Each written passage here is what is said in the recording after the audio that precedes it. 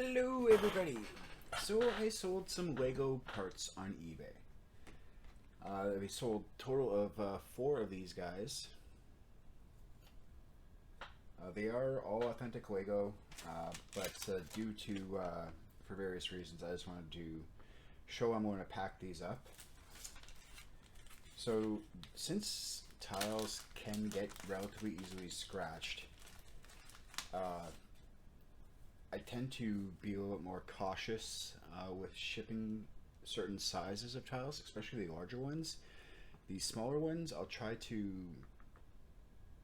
line them all up and then make it all flat to the best of my abilities. In the case of these bigger ones, what I'm doing is grabbing a scrap piece of paper, putting one tile there, folding it over, putting another tile on top of that, and then folding it over, and then just going over again. And then I'm just going to tape this up with a small piece of tape.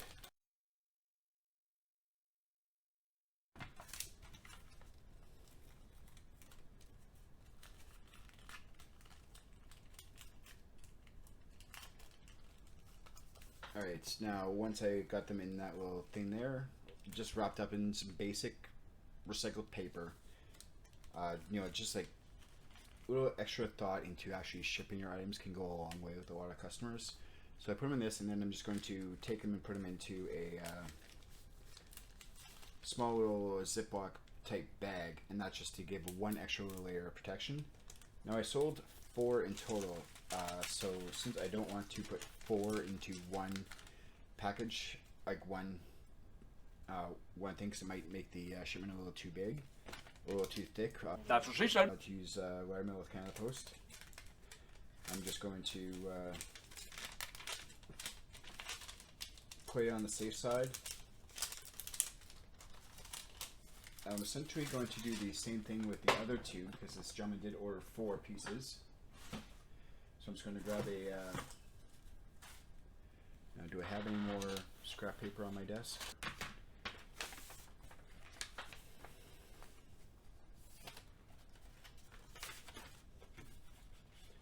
Put one down, fold it over, put the other one down, fold it over,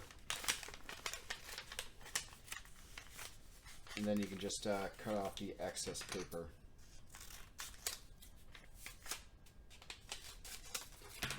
Grab a small piece of tape.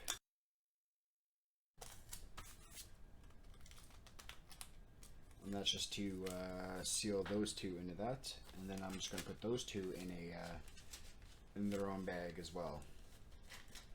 Again, that's just to help prevent damage, as well as to keep it within the shipping guidelines for Canada Post lettermail. There's the other 2. So we got the 4 in. There's 2 in each one of these bags. So now what I need to do is I need to find a bulb mailer. I have those 2 packs of 2 of these green tiles made by Lego.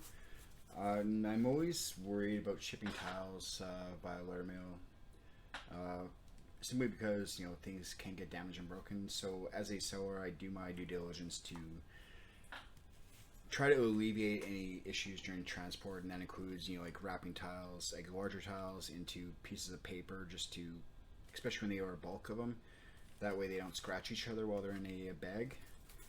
Like grabbing a sheet of cardboard, so you can put those 2 bags on top, and then grab another sheet of cardboard to put on the top of that, in order to give a little extra protection, not just putting them into a ball mailer.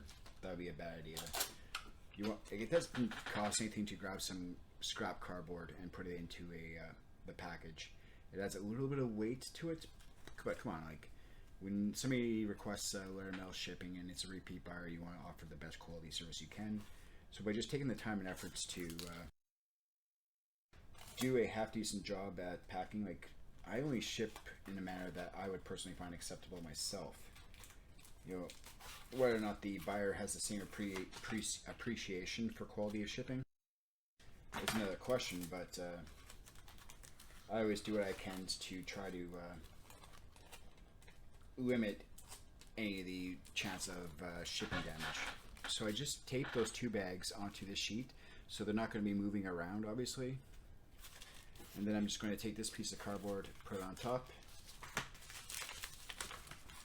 and then I'm going to take them. Alright, looks like I'm going to have to resize these sheets a little bit because they're slightly too big. Each. That's what she said. To fit into this particular bubble mailer. No, they're not too big. They do fit in. It's just that it's going to be... This might be too thick to actually ship as letter mail. So let me just double check this. Okay, so we got... where is my... So here's my trusty Canada Post sizing chart. And before I put everything into packages, just to see if this will fit through this.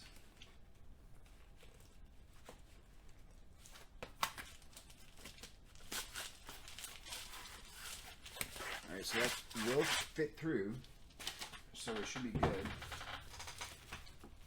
So we got those 4 tiles plugged into bags, wrapped in paper, separating each tile from each other so that they don't... scratch. No, I need 2 men on this. That's what she said. Cents off for the cost of bubble mailer packing supplies. So minus 0.3, minus 1.94, minus 1.94. I am left with $47.86 after eBay fees, cost of shipping, packing, and all that other fun stuff. So, right. So this is going. Obviously, those 4 Lego tiles are going to Jules here. Now, I'd just like to clarify like how much tracked shipping actually costs in Canada, because it is outrageous what Canada Post charges compared to what, say, our brothers south of the border get charged with USPS, even after you factor in the exchange rate difference. So, like, purchase shipping label.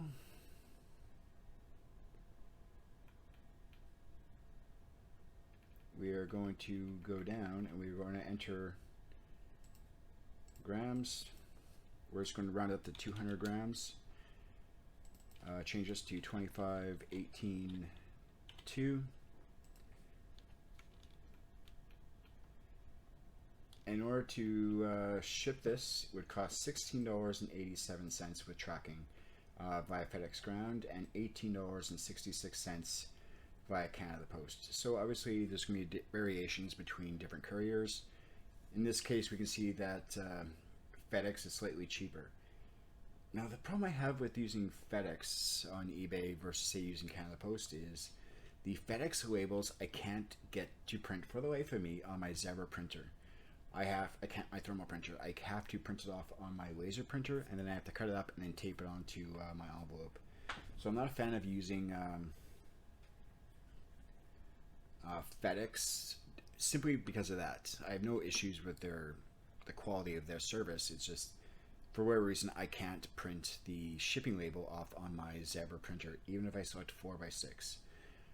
And I have no idea why it is, and eBay has, at least the people I've talked to at eBay, they have no clue. They say they're going to look into it, which I call BS on right away, because they never look into anything. At least nothing ever seems to get resolved whenever I seem to be asking them for a lot of things. So anyway, we're going to get this shipped off out of the means the customer wanted, which was Canada Post letter mail, also known as my quote-unquote free shipping.